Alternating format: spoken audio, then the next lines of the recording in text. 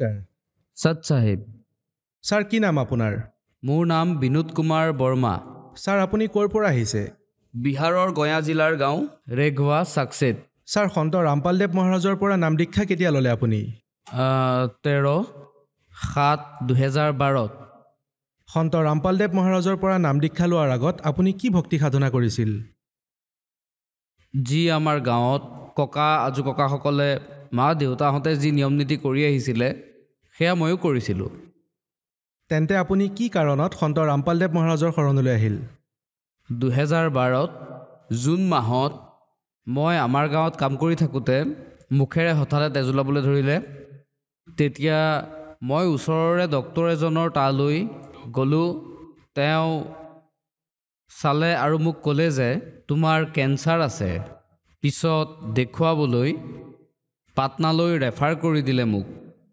মই তালৈ নগৈ মই দিল্লীলৈ গ'লোঁ এইমছ অখিল ভাৰতীয় হস্পিটাললৈ তাত মোৰ পৰীক্ষা আৰম্ভ হ'ল পৰীক্ষা আৰম্ভ হোৱাৰ সময়তে মই সন্ত ৰামপালদেৱ মহাৰাজৰ বিষয়ে গম পালোঁ গতিকে মই তালৈ বৰৱালালৈ 13/7/2012 গৈছিলোঁ তালৈ যাওঁতে মোৰ সন্ধিয়া হৈ গৈছিলে সেই সময়তে গুৰুৱে দৰ্শন দি আছিলে সকলোকে তাত গুৰু দৰ্শনৰ শাৰী পাতিলোঁ সেই সময়ত মই নাম দীক্ষা লোৱা নাছিলোঁ আৰু যেতিয়া গুৰুদেৱৰ পৰা নাম দীক্ষা ল'লোঁ তেতিয়া আশীৰ্বাদ দিলে গুৰুদেৱে আৰু সন্ত ৰামপালদেৱ মহাৰাজে মোক মূৰত হাত ফুৰাই আশীৰ্বাদ দিলে তেতিয়া মই তৎক্ষণাত প্ৰাৰ্থনা কৰি মই ক'লোঁ যে গুৰুদেৱ মোৰ মুখত কেঞ্চাৰ হৈছে গুৰুদেৱে ক'লে প্ৰথমতে পুত্ৰ তুমি নাম দীক্ষা লৈ ভক্তি কৰা তোমাৰ এডাল কাঁইট আছে সেইডাল ওলাই যাব তাৰ পাছত মই তাৰ পৰা বাহিৰলৈ আহিলোঁ পিছত আকৌ গৈ নাম দীক্ষা ল'লোঁ আৰু সেই সময়ৰ পৰা মোৰ ভক্তি আৰম্ভ হ'ল আৰু বৰবালা আশ্ৰমৰ পৰা মই যেতিয়া হস্পিটাললৈ আহিলোঁ হস্পিটাললৈ যোৱাৰ পাছত মই আকৌ ঘৰলৈ আহিলোঁ আৰু বায়পছিৰ মোৰ এটা পৰীক্ষা কৰাইছিলোঁ যিটো এক সপ্তাহৰ পাছত মই হস্পিটাললৈ গৈ ৰিপৰ্ট আনিবলগীয়া আছিল মোৰ ওচৰত কোনো নাছিলে আৰু এক সপ্তাহৰ পাছতেই মই হস্পিটাল এইমছ অখিল ভাৰতীয় হস্পিটাল গৈ পালোঁ দিল্লীত আৰু যেতিয়া মই ৰিপৰ্টটো পালোঁ সেই ৰিপৰ্টত লিখা আছিল হাই কেঞ্চাৰ কেটেগৰী তেতিয়া যিজনে ৰিপৰ্ট দিছিলে তেওঁ ক'লে যে তোমাৰ যি অপাৰেশ্যন সেইটো তুমি সোনকালে অপাৰেশ্যনটো কৰাই লোৱা মই গৈ তেওঁক ক'লোঁ যে ডক্তৰ ইয়াততো অপাৰেশ্যনৰ সময় দিয়া আছে তেতিয়া ক'লে সময় দিছে কিন্তু বহুত দেৰিকৈ ইয়াৰ বাবে গৈ তুমি সময়টো কমাই লোৱা যেতিয়া মই ডক্তৰৰ ওচৰলৈ গ'লোঁ তেতিয়া ক'লে যে ৰিপৰ্ট চাই তেওঁ ক'লে যে এনেকুৱা কৰা তুমি গৈ যিটো অপাৰেশ্যনৰ সময় দিয়া আছে তালৈ গৈ সময় কম কৰি লোৱা তেতিয়া দ্বিতীয় দিনা য'ৰ পৰা মোক সময় দিয়া হৈছিল অপাৰেশ্যনৰ যেতিয়া তাত শাৰী পাতিলোঁ শাৰী পতাৰ পাছত যেতিয়া মোৰ নম্বৰ আহিলে তেতিয়া ক'লে যে চোৱাৰ পাছত মোক ক'লে যে তুমি তেজ জমা কৰি দিলা তেতিয়া ক'লোঁ নাই মই তেজ জমা কৰোৱা নাই ক'লে আজি যদি তোমাৰ অপাৰেশ্যন হৈ যায় তেন্তে তেজ ক'ৰ পৰা পাবা তুমি ভগতদেৱ মই সেই সময়ত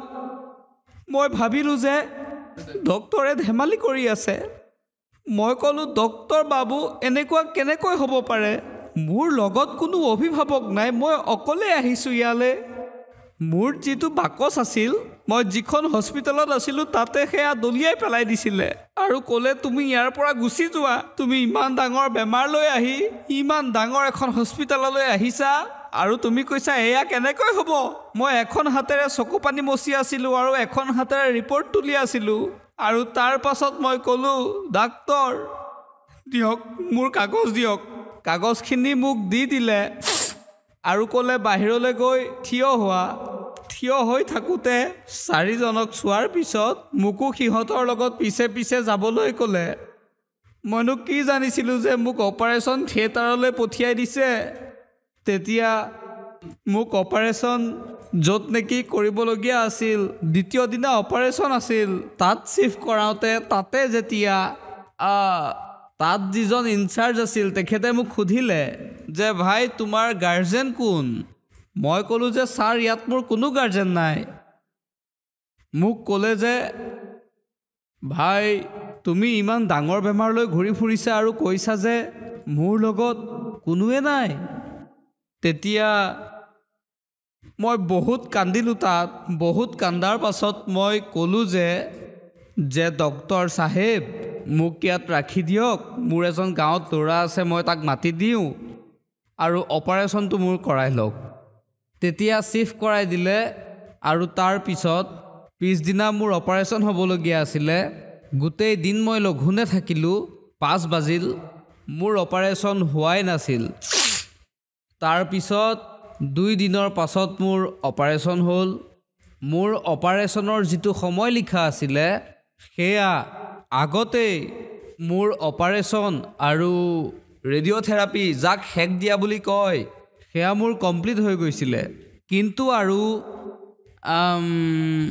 মোৰ যি অপাৰেশ্যন ৰেডিঅ'থেৰাপি চলি আছিল সেয়া 3 দিনৰ আৰু বাকী আছিলে। মোৰ অৱস্থা বহুত বেয়া আছিল। মই মোৰ পত্নীৰ লগত তাত আছিলোঁ।